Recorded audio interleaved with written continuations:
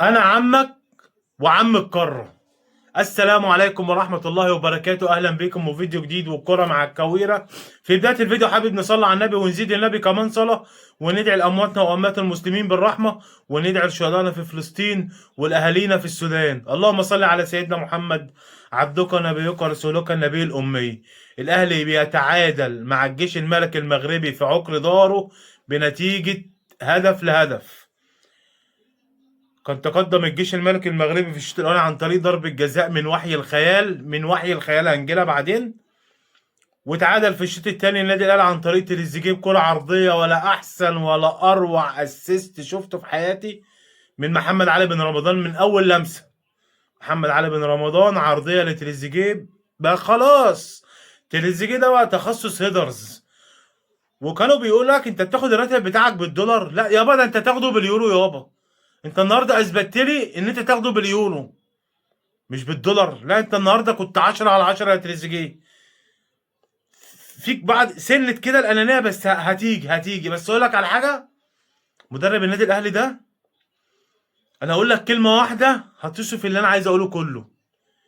يسترب مدرب فاجر. فاجر بمعنى كلمه فاجر. كون انك انت تروح تلعب، انت جاي تبوظ القاره يا عم الحاج. احنا ما خدناش على كده. القاره مش واخده على كده. انت تروح المغرب تلعب الجيش الملكي المغربي اللي هو بطل المغرب في عقر داره وبتهاجمه ومستحوذ على الكوره وانت افضل اداء منه، لدرجه ان هم بيحدفوا بالثلاث كور مش بالكورتين ولا بالكل، لا ثلاث كور في الملعب عشان يفسدوا لك الهجمه اللي انت رايح بيها. غير الازايز، غير اللي كان ناقص، كان واحد شايل ابنه في المدرجات كان عايز يحدفه عشان الهجمه تقف. غير السكاكين المعجون، غير. انت كده انت كده بيقولوا لك انت فريق، انت جامد قوي علينا. نعمل لك ايه تاني عشان نوقفك؟ نعمل لك ايه تاني؟ انت مدرب فاجر. انت تهاجم وتعمل كده، الكلام ده بيحصل في اوروبا ماشي، لكن عندنا هنا في افريقيا ما فيش الكلام ده. يقول لك لا انا بلعب بره ملعبي ادافع والعب على الهجمه المرتده وعلى اخطاء المنافس. لكن انت مدرب، انت جيت غيرت الخريطه. انت كده هتخليهم يعني بص. لا تعظيم سلام للمدرب ده، بامانه تعظيم سلام. احنا عندنا باك يمين وباك شمال عايزين الحرق. واحد زي محمد هاني اللي بقاله 20 سنه بيلعب في الباك اليمين ده، واحد زي احمد نبيل كوكا ده، انا امشي ثلاثه باكات شمال عشان العب احمد نبيل كوكا باك شمال. والله العظيم احنا يا جمهور الاهلي بصوا، نظبط في حته تلاقي بهوات من الحته التانيه، نظبط في حته تلاقي بهوات من الحته التانيه. تعرف ان النهارده اشرف بن شرقي، اشرف بن قلبي، اعلى مراوغات في ماتش في بطولة دوري أبطال أفريقيا من سنة 2021، النهاردة عمل 10 مراوغات، 8 صحاح و2 بس خطأ. أعلى لاعب مراوغات في مباراة في دوري أبطال أفريقيا منذ 2021. أنت متخيل؟ والنهاردة برضه عايز أشيد بأداء مصطفى شوبير والثبات الانفعالي. الواد ده عنده ثبات انفعالي يا جدعان. إيه ده؟ ربنا يحميك يا ابني، ربنا يحميك. وياسين مرعي النهارده. ياسر ابراهيم كان في بعض الهفوات حاجات كده يعني ما تحصلش منك يا ياسر ابراهيم. ترجوله وكل حاجه، بس في حاجات كده ما تحصلش منك. النهارده عمال اقول، عارف انا اول تغيير هيحصل طاهر محمد طاهر جيسوي الله ميزون هينزل ويطلع محمد شريف، انا عارف. النهارده والدي كان قاعد بيتفرج معايا بقول له فين محمد علي بن رمضان وامام عاشور؟ الماتش ده عايزهم الاثنين ينزلوا. والله العظيم ثلاثه، يمكن ما خلصش الكلمه بعدها ب5 دقايق ينزل محمد علي بن رمضان اول لمسه بهدف. قلت له محمد علي بن رمضان اللي عامل الاسيست ده. وتشوفوا بعد الجون يعني عمل العرضيه تريزيجيه جابها جون، محمد علي بن رمضان طلع بره ولا احتفل ولا حاجه، طلع جاب الكوره اللي بتبقى محطوطه يمة الكورنر كده عشان لو الكوره طلعت كورنر جابها كده، جاب الكوره وراح يسنتر. شوف يسترب ودانا لغايه فين؟ ان انا في عقر دارك وهقل مقدارك وههاجمك وهكسبك وهبقى العب وهستحوذ والعب احسن منك. احنا النهارده كسب. النهارده انا بالنسبه لي انا الماتش ده يعتبر احنا كسبناه. حكام، بجماهير، بفرقه، بازايز، بثلاث كور، بسكاكين معجون، مش عارف اقول لكم ايه تاني، مش عارف. يعني كان في واحد كده في المدرجات شايل ابنه، كان ناقص يحدفه عشان الهجمه الاخيره دي الحكم يصفر يقف يعمل اي حاجه، المهم الهجمه ما تروحش. النهارده برضو بشيد بالكابتن وائل جمعه، انت ذكر، كنت ذكر في الملعب وذكر بره الملعب. اه والله النهارده لما تيجي ما بين والله العظيم ثلاثه كل اللي حصل ده انا تخيلته وقايله لوالدي وهو بيتفرج معايا، قلت له خلي بالك بقى من وائل جمعه ما بين الشوطين في الاستوديو هيعمل ايه وهيتكلم عن الحكم ده ازاي. طبعا احمد فؤاد ابو غل، احمد فؤاد اللي هو مذيع البين سبورت، زملكاوي طبعا، المفروض كده يعني ما تبقاش محايد، انت مصري، هم عشان ما يقولوش عليك مصري تيجي على النادي الاهلي عشان يقولوا عليك محايد وانت مش مصري؟ ايه يا عم اللي انت بتعمله ده؟ ايه ده؟ وديت الكلمه للمحلل اللي معاك المغربي، ما حدش قطعه في الكلام، ولا الكابتن وائل جمعه ولا اي حد قطعه ولا انت قطعته في الكلام. جيت قلت ايه الكابتن وائل جمعه؟ اول ما كابتن لازم اقول الكابتن وائل جمعه، اول ما الكابتن وائل جمعه بدأ الكلام قال لك ضربه جزاء ظلم، دي فجر تحكيمي بيعوضوا اللي حصل في الماتش الاولاني. قال لك اصل ما فيش فار. احمد فؤاد يقول لك بص بقى ما بين الشوطين كان وشه بيضحك وايه، ما تجيش المركب بقى كسبان الاهلي 1-0. قلت له شوف، بقول للوالدي بص وشه بيضحك ازاي، اتفرج عليه بعد ما الماتش ينتهي شوف هيبقى عامل ازاي. ان شاء الله الاهلي هيتعادل وهيكسب. ده الكلام ده من الشوطين. يقول له اصل ما فيش فار. قال له احمد ما تعملش نفسك محايد يا احمد، ما تجيش على الاهلي عشان ان هم ما يقولوش ان انت ايه، ان انت مصري، ما تعملش نفسك محايد. ومسكوا بصراحه وائل جمعه ذكر وصخره بره الملعب وجوه الملعب. تحيه لوائل جمعه وشابوه لوائل جمعه، هم دول رجاله النادي الاهلي. رخر تلعبك بعد الماتش ما خلص احمد فؤاد، انتهت المباراه بنتيجه 1-1، ولا بيضحك ولا بتاع، كان وشه بص عليه غضب ربنا، عليه غضب ربنا في نهايه الشوط الثاني بعد نهايه المباراه. يعني لا بص المفروض بقى يعني عايز اشيد برضه بمين؟ بوليد صلاح الدين. وليد صلاح الدين ده مدير كوره ذكر، ولا طاهر محمد طاهر النهارده حجز على السكينه، بقاله 5 سنين ولا 6 سنين بيلعب في الاهلي، ما حجزش على كوره زي ما حجز على السكينه بتاعت المعجون النهارده عشان يجيبوها ويدوها للكابتن وليد صلاح الدين. كابتن وليد صلاح الدين عمل حركه حلوه، لا صايع فاهم، ولعيبه الاهلي يعني بتوعي لك ان هم فاهمين القانون بتاع الفيفا، لان القانون بيقول لك اي آلة حاده ممكن.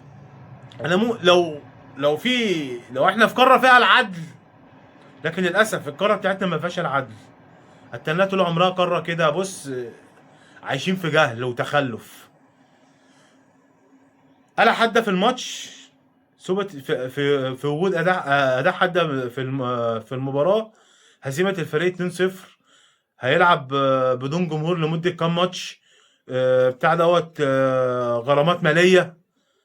يعني المفروض بس طبعا احنا عارفين الاتحاد الافريقي مش هيعمل اي حاجه ولا هيهوي اي حاجه ولا هينيل اي حاجه، احنا عارفين الكلام ده. بص بس كابتن وليد صلاح الدين عملها ازاي اهو، اهي كله صورها اهي اهي اهي اهي.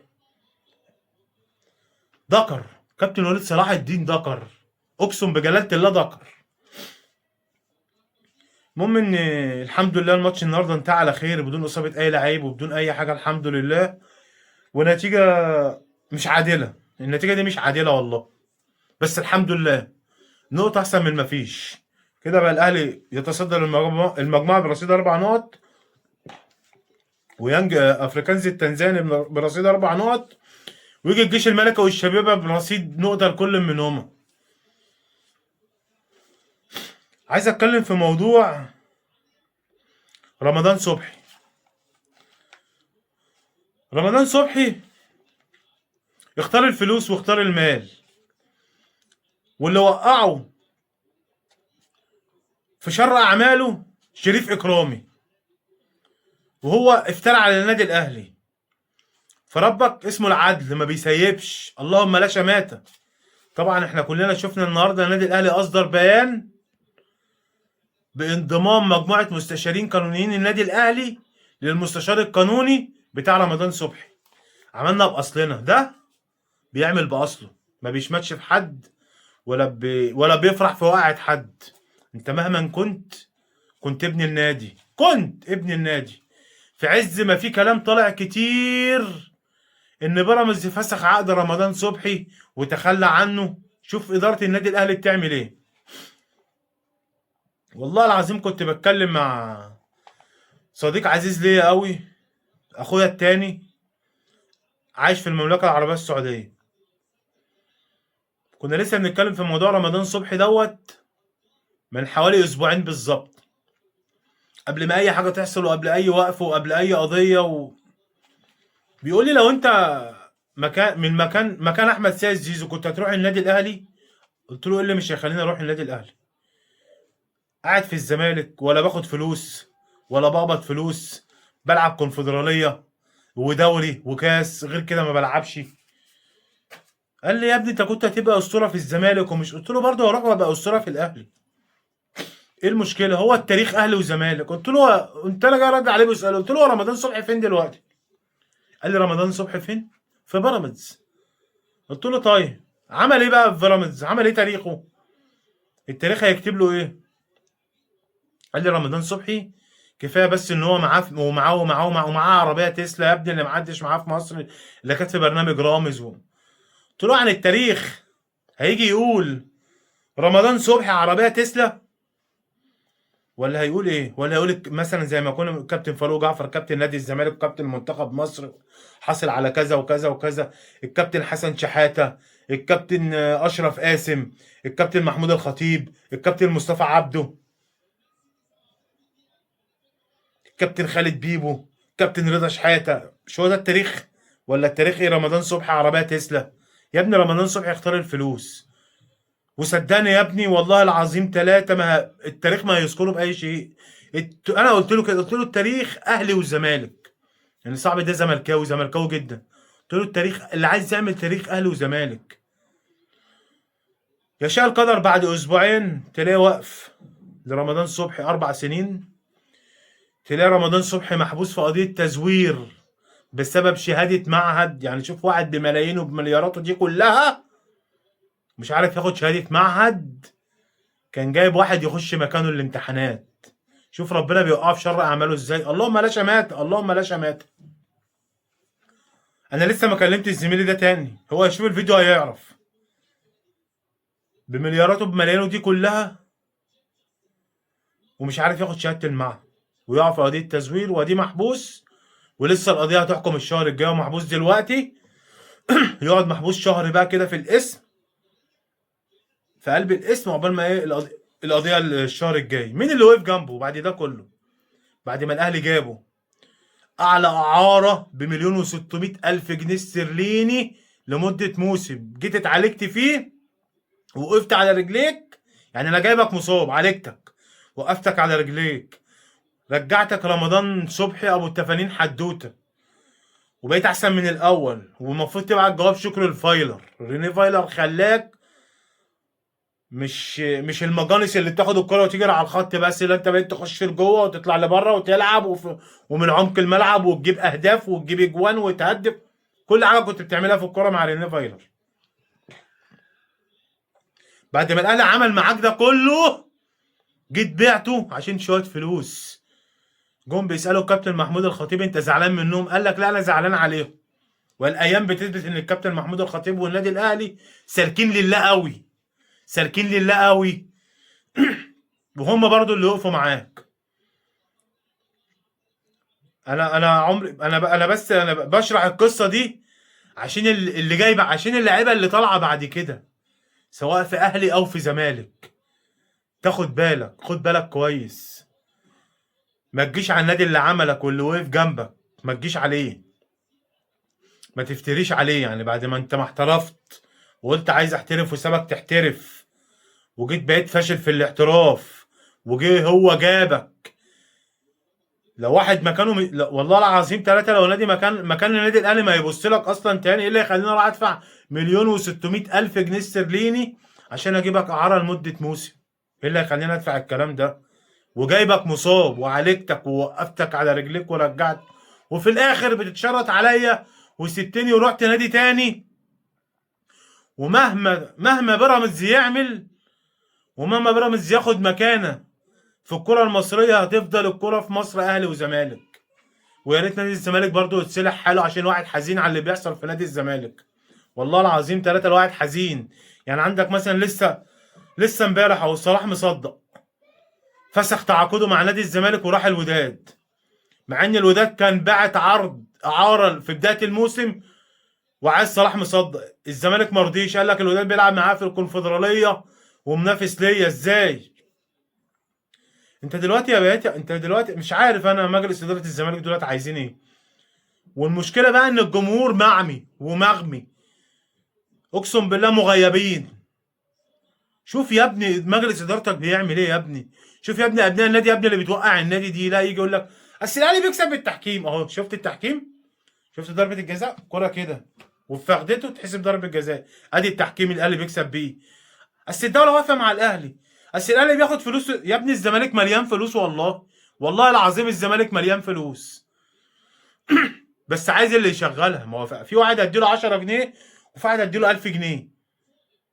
ابو 10 جنيه ده مش هيصرفها، يصرف 25 5 و1000 جنيه ده يروح يمنجي نفسه ويصرف وبتاع يجي يعطل. لكن ابو 10 جنيه عمل ماليه من ورا ال 10 جنيه. هي دي الفرق، اللي بيعرف يشغل واللي بيعرف ايه. في واحد ياخد ال 10 جنيه تعلى معاه وفي واحد ياخد ال 10 جنيه تقل معاه ما تكفوش اصلا. انا بس عايز اقول لك شوف مجلس ادارتك بيعمل ايه. انت اول ما جه مجلس الاداره ده احنا 9 رجال اعمال، ومش 9 رجال اعمال وهنعمل من الفسيخ شربات. واحنا اشتروا بس مولتو وهنجدد للساسي لما جمهور الزمالك كان هيجيله السكر بسبب المولتو، وفي الاخر ما عرفوش يجددوا لساسي وساسي مشي، واشرف بن شرقي مشي، وامام عاشور مشي، واحمد سيد زيزو مشي. وده كله جمهور الزمالك مغيب. اقسم بالله جمهور الزمالك مغيب. عايز تفهمني ان الزمالك ما فيهوش فلوس وجايب كل الصفقات دي ازاي؟ يا راجل ده وصلت يا راجل ان الاتوبيس بتاع اللعيبه عايز 1,000,000 جنيه يتصلح، مش لاقيين ال1,000,000 جنيه وراح تجيب لي اتوبيس تاني.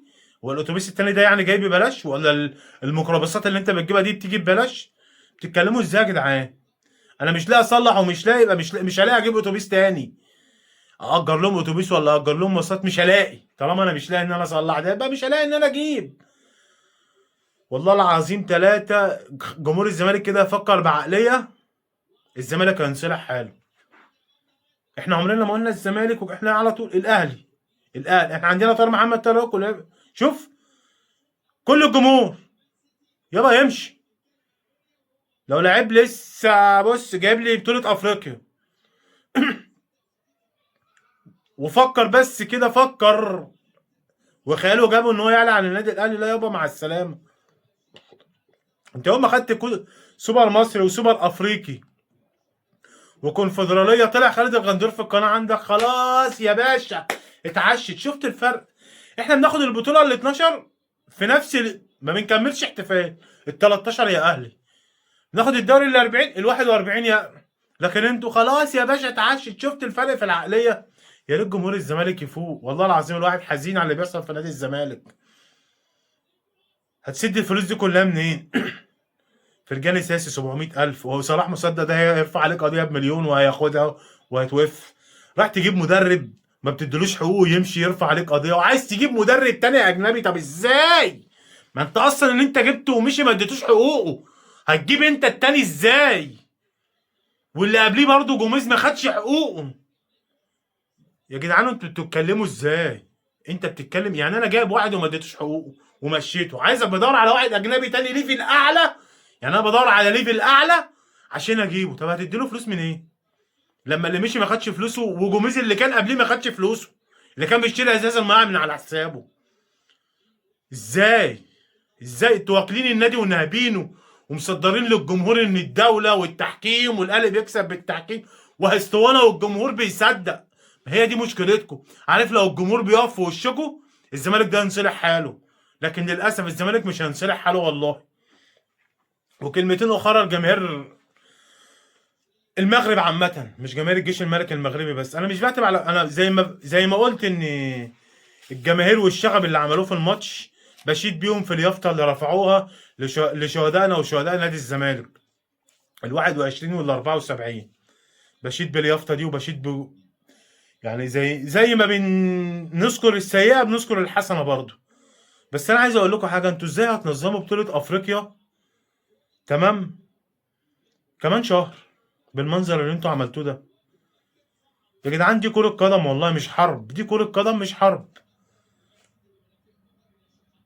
دي كرة قدم مش حرب. بس ده كل اللي انا عايز اقوله، مش عايز اقول اي حاجة تانية اكتر من كده. وانت جاي القاهرة ما تفكرش انك انت هتيجي القاهرة ان احنا نقل ادبنا عليك، ما عندناش الكلام ده. بس انا بس بسأل سؤال، ليه دايما شمال افريقيا، مش مهم نذكر شمال المغرب، أندية المغرب، مش هذكر بقى ولا تونس ولا الجزائر، مش لسه ما جاش وقته، لسه تروح تلعب الشبيبة وهتشوف. ليه دايما بتعملوا كده مع النادي الاهلي؟ ليه؟ او مع الفرق المصريه عامه، ما تعملوش كده مع فرق جنوب افريقيا ولا تونس ولا الجزائر مثلا لما بيجوا يلعبوا عندكم؟ ليه ما بتعملوش الكلام ده معاهم؟ بتعملوا كده مع الانديه المصريه بس ليه؟ السؤال ده محيرني ليه. عشان احنا محترمين وانتنا طول عمرنا محترمين برضه، واحنا برضه في الاول وفي الاخر عرب واخوه، فالموضوع يهدى كده. هي كرة قدم، ماتش ب3 بونت، انت خدت بونت وانا خدت بونت، ولسه انت مش بنلعب في نهائي افريقيا ولا في نهائي كاس العالم، ده ماتش في مجموعة. ليه نقلبه حرب؟ وعامة الف مبروك للنادي الاهلي وجماهير النادي الاهلي، والسلام عليكم ورحمة الله وبركاته.